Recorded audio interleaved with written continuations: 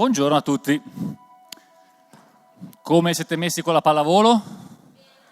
Boh, perfetto, che devo scegliere a chi schiacciare poi addosso e quindi è importante saperlo. Allora, oggi vi voglio, sempre che con le mani ce la faccia a gestire entrambi, ecco qua, sì, vi voglio raccontare una storia e mi vedrete emozionare forse per la prima volta su questo palco perché di solito cerco di rimanere un po' più ingegneristico, però oggi vi voglio raccontare una storia che ha cambiato per sempre la mia vita, sperando che vi sia utile. Non voglio dire che cambierà anche la vostra, però vi porto con me in questo viaggio. Allora, oggi con la giornata fuori, allora siamo in una bellissima giornata d'estate.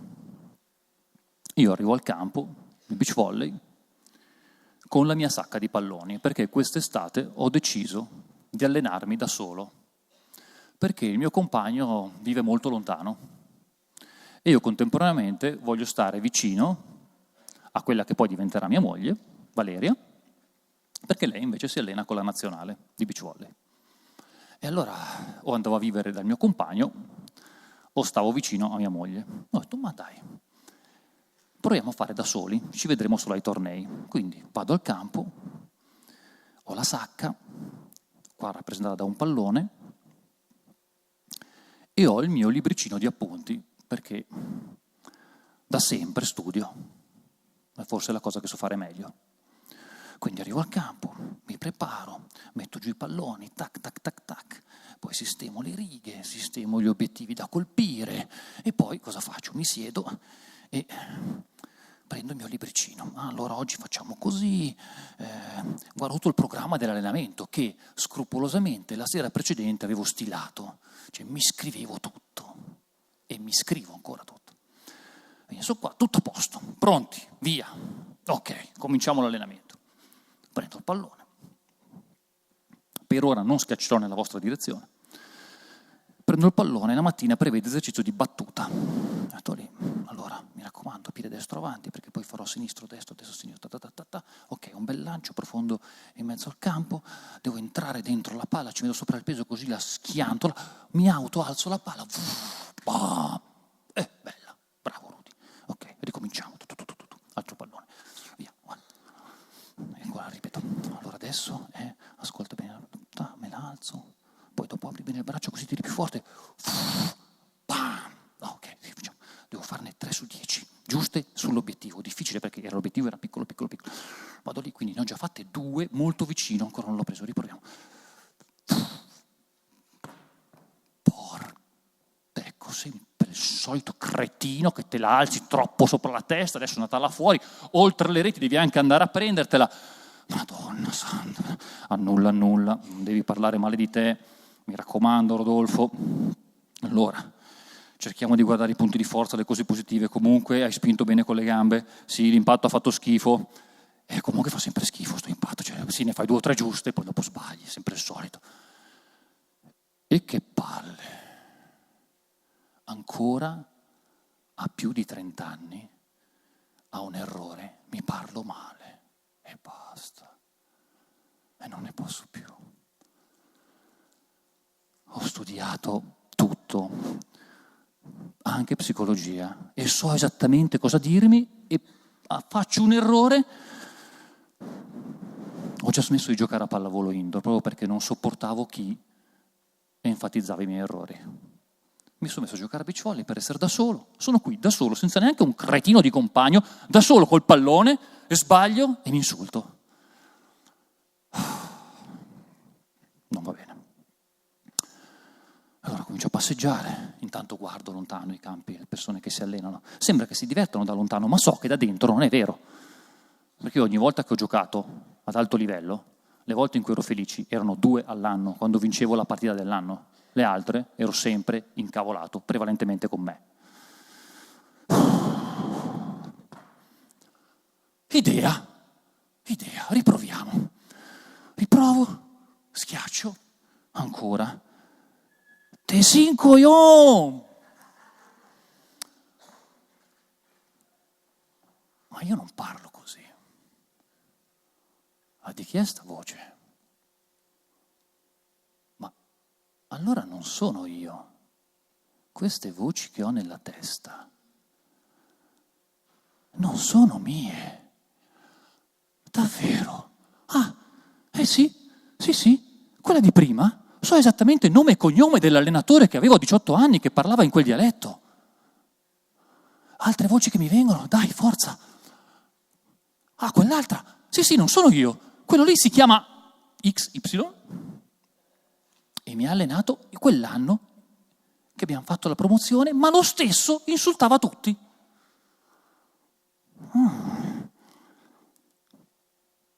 Non ho mai avuto un allenatore straniero. E se da adesso mi parlassi sempre solo in inglese, non ho nessuno storico. Wow, proviamo. Esco dal campo, facciamo un bagnetto prima, va? Mi tuffo. Un po' di freschezza. Ok, un patto con me stesso. Di solito fanno i patti col diavolo, lo faccio con me. D'ora in poi, ogni volta che entro in un campo del genere, mi parlo solo in inglese. L'ho imparato quando ero molto grande, tra l'altro non è neanche così fluido, quindi ci metterò un po'. Proviamo. Battuta.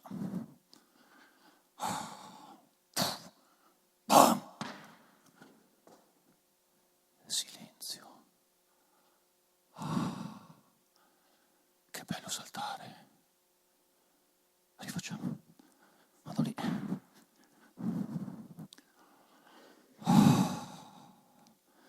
E vorrei dirmi non so neanche così.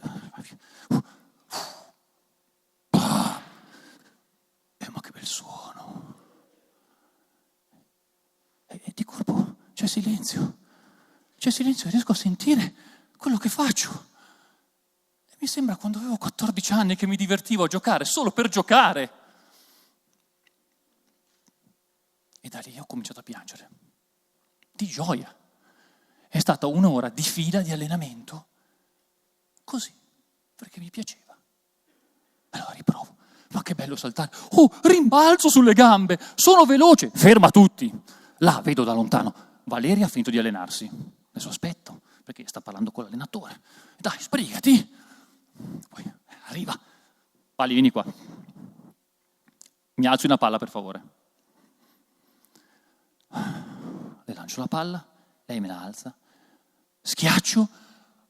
Boom! Fortissimo.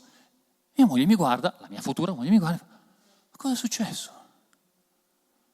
Cosa è successo? Ecco, questa domanda di cosa è successo mi ha ossessionato da allora.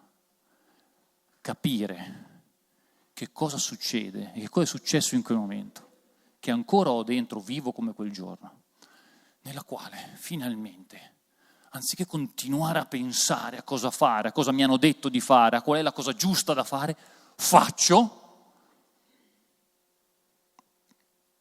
qualcosa che non mi ha fatto dormire per giorni, ma finalmente potevo godermi l'attività sportiva, il mio corpo che si muoveva.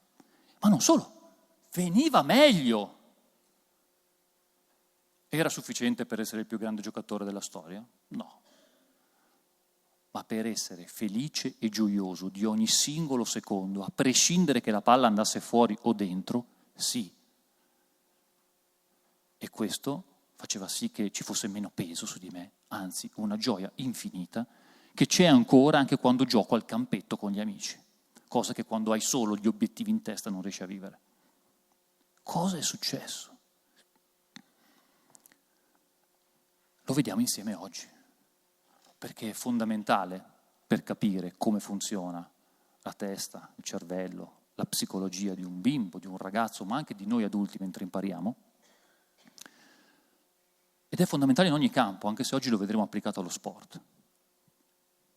Perché quella frustrazione che si prova quando si prova con tutto se stessi, con tutti noi stessi a fare qualcosa, e questa cosa non viene. A tutti capita. Molti adulti possono scappare e dicono quella cosa non la faccio più. Gli studenti non possono scappare. Certe volte scappano dentro. Dicono ok, mi chiudo. Però è una liberazione, come quella di Marco. È una liberazione che tutti noi possiamo provare. Ora vediamo perché non funzionava. Quindi oggi la parte scientifica sarà cercare di rispondere a questa domanda. Cosa è accaduto? Ecco, io ero così. Un ragazzo, in quel giorno ero già grande, quindi un ometto, considerato da tutti intelligente e diligente, cioè io mi impegnavo, no? Studiavo, prendevo appunti e tutti gli allenatori erano contenti di me. Perché? Perché se mi dicevano di arrivare alle 4 allenamento io arrivavo alle 3:30. Se mi dicevano di ricordarmi una cosa io me la ricordavo e studiavo. Memorizzavo tutto quello che mi dicevano di fare. Se io, quello che avete sentito prima, accadeva veramente, cioè io ero lì e cercavo di ricordarmi tutte le cose giuste da fare. Dove mettere il piede, dove mettere la mano, dove doveva cadere la palla. Solo che da così sono finito così, crucciato. Perché dici, ma scusa, ma io c'ho tutto scritto, c'ho il mio libricino. Ok, sono pronto, faccio, non viene. Qual è la risposta più frequente? Scusatemi, non era previsto che tornassi indietro, ma me la sono inventato adesso. Che un bimbo così dà. Non viene, studio di più, mi impegno di più, faccio di più. Poi però faccio di più, non viene lo stesso. Dopo anni la frustrazione aumenta. Allora vediamo, tipicamente a un bimbo in questa situazione verrebbe in mente di pensare che, certo, ed è vero. Io ho avuto spesso adulti così a fianco a me, come allenatori, cioè che all'errore aggiungevano il loro carico emotivo e mi guardavano così, con disappunto. Non capita subito, capita dopo un po' che te le dicono le cose. Quindi quando l'allenatore mi diceva una cosa e io non la mettevo in atto subito, vabbè, te la ridico. Poi non viene, te la ridico in un altro modo. Quando è quasi sicuro di avermela detta abbastanza bene, e sbaglio, vi ricordate la frase di prima in dialetto veneto? Solo che quelle pian piano ci entrano dentro e cominciamo a riconoscerle come nostre voci. Ma non è sufficiente, non è solo questo che spiega cosa è successo. Perché non ho avuto solo allenatori così, ho avuto anche allenatori che hanno fatto un po' quello che diceva Giuseppe, cioè hanno cercato di essere gentili con me, di vedere le cose positive. Solo che quando tu ti impegni tanto e non riesci, lo sai già te che fa schifo. Quindi spesso interpreti anche questo tentativo di aiuto come compassione. Non sei contento. Sì, dai, fa lo stesso, ne proverai un'altra. Sì, peccato che doveva andare dentro questa. Oppure sbagli l'ultima palla della partita e tutti i tuoi compagni hanno avuto fiducia in te, tu l'hai sbagliata e voglia pacche sulle spalle. Certo, meglio le pacche sulle spalle dell'insulto, per carità. Ma questo non fa lo stesso avvenire quello che vi ho raccontato.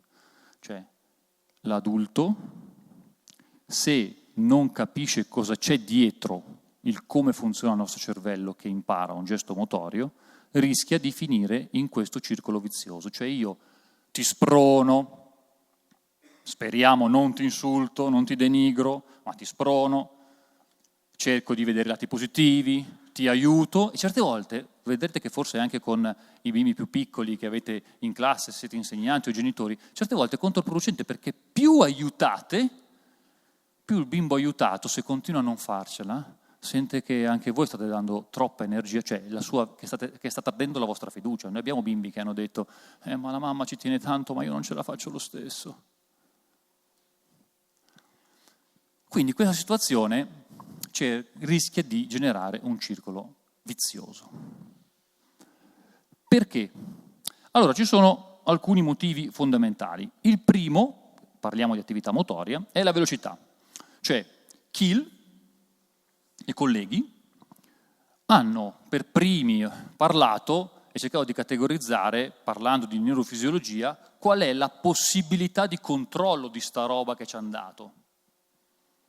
Perché a meno che non si faccia un gesto lentissimo o si giochi a scacchi, quando la velocità di azione si avvicina alla velocità di comunicazione tra la periferia e il centro, quindi i messaggi afferenti, proprio-cettivi, che sono quelli più veloci, cioè che mi fa capire se il mio braccio è qua o è qua, hanno una velocità, non sono istantanei. Quando la mia velocità di reazione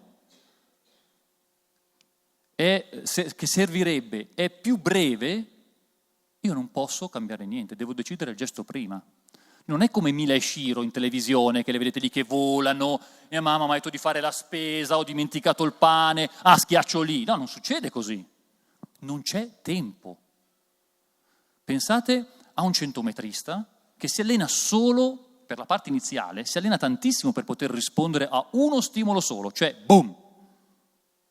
I migliori centometristi ci mettono comunque 130 millisecondi. Un essere umano normale arriva a metterci 300 millisecondi, quindi 0,3 secondi, un terzo di secondo per reagire a uno stimolo. I più bravi ci mettono 0,12, 0,13. Ed è uno stimolo solo.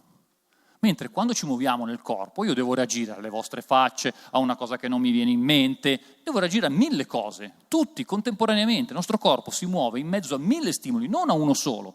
E con uno solo, i più bravi al mondo ci mettono comunque 120-130 millisecondi. Qua normalmente ci metterete un terzo di secondo a reagire a uno sparo. Facciamo una prova. Ecco qua. Chi si sente di fermare una palla schiacciata a bassa velocità? Proviamo. Adesso io lancerò la palla nel pubblico. Chi la prende provi ad afferrarla. Chiedo a tutti uno sforzo di immaginazione. Cioè fate finta, visto che non lo sapete, che siate voi quelli a cui tiro la palla. Pronti? Ok? Pronti? Vediamo un po' quanto... Io posso arrivare anche fino là in fondo, quindi non sentitevi... Ce la faccio, eh? Non sentitevi tranquilli in nessuna posizione. Pronti? Via. Oh, bravissimo. Perfetto. Allora, potrei dire che ci eravamo messi d'accordo e così sottolineare la mia precisione, ma in realtà è tutto casuale. Ora, domanda.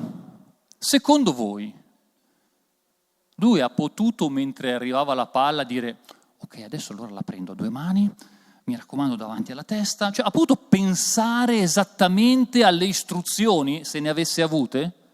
E ho tirato piano. Se tiravo forte? 0.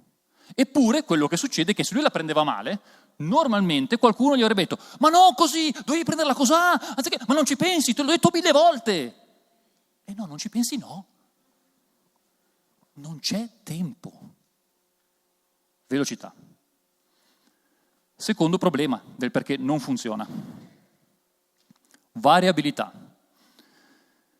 Bernstein, 1976, sì.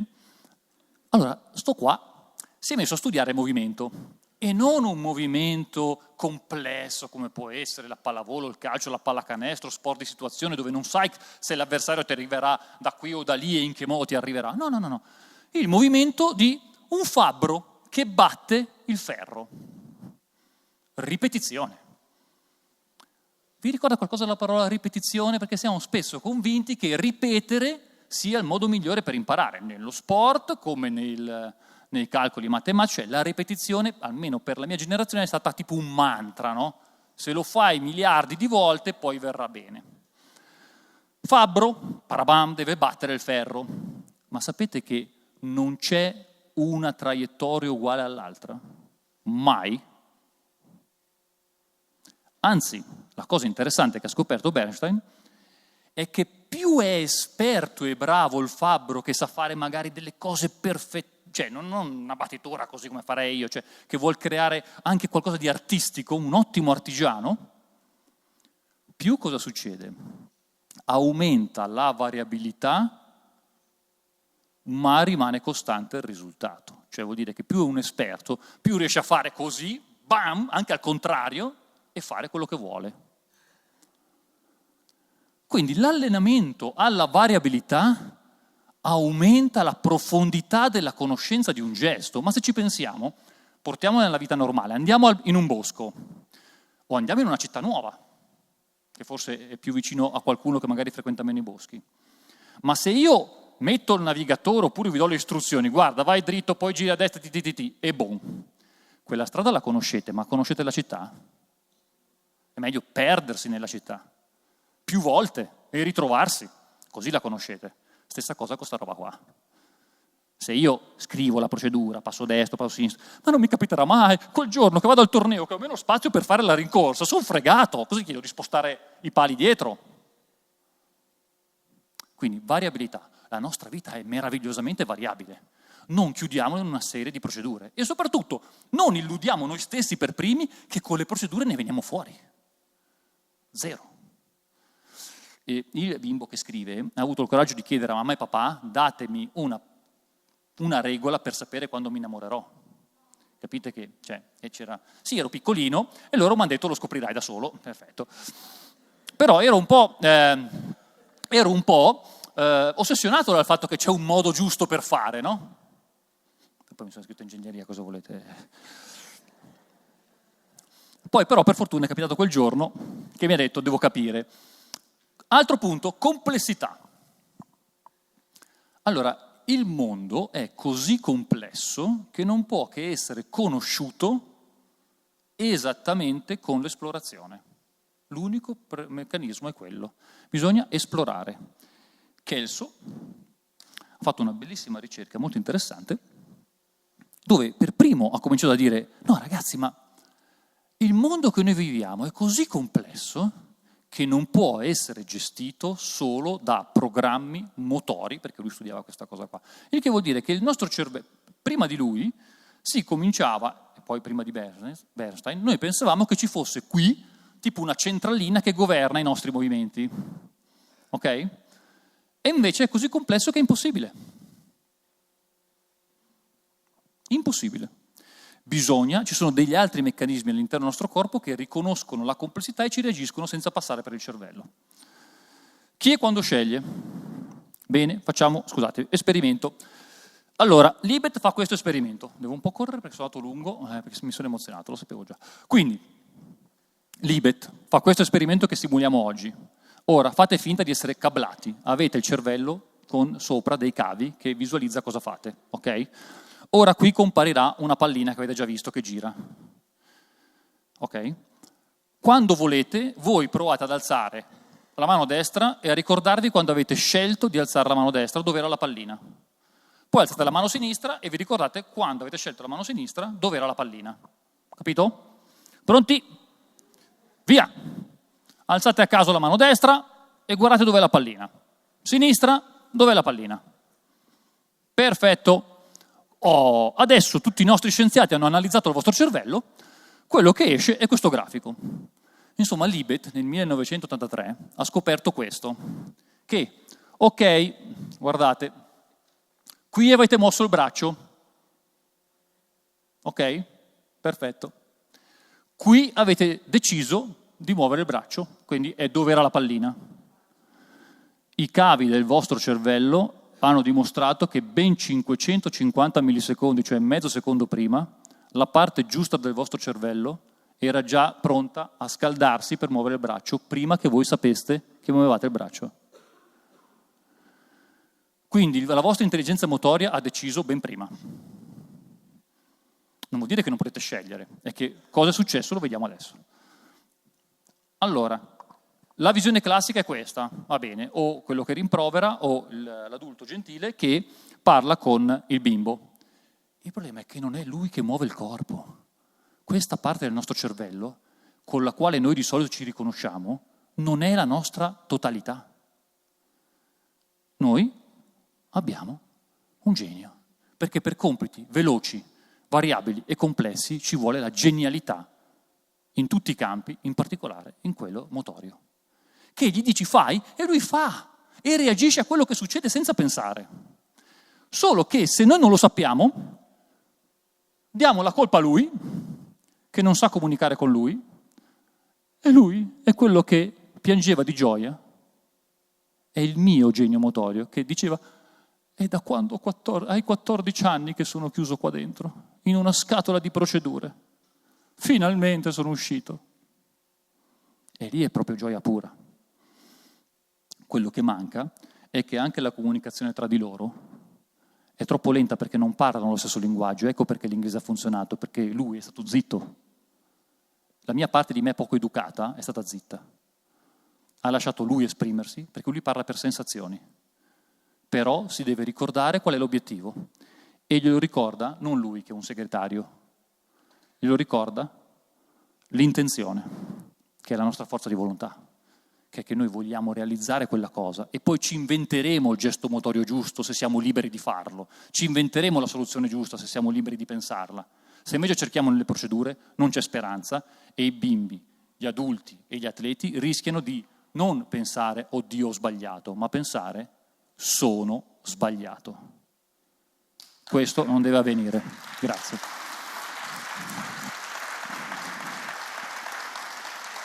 Quindi, per favore, passiamo da questa visione a questa visione che prende in considerazione che l'io è ben più espanso e ha molte facce, sono tutte da allenare, stimolare, anche grazie all'imitazione, e noi facciamo un passo indietro, osserviamogli e diamogli la libertà di crescere. Grazie.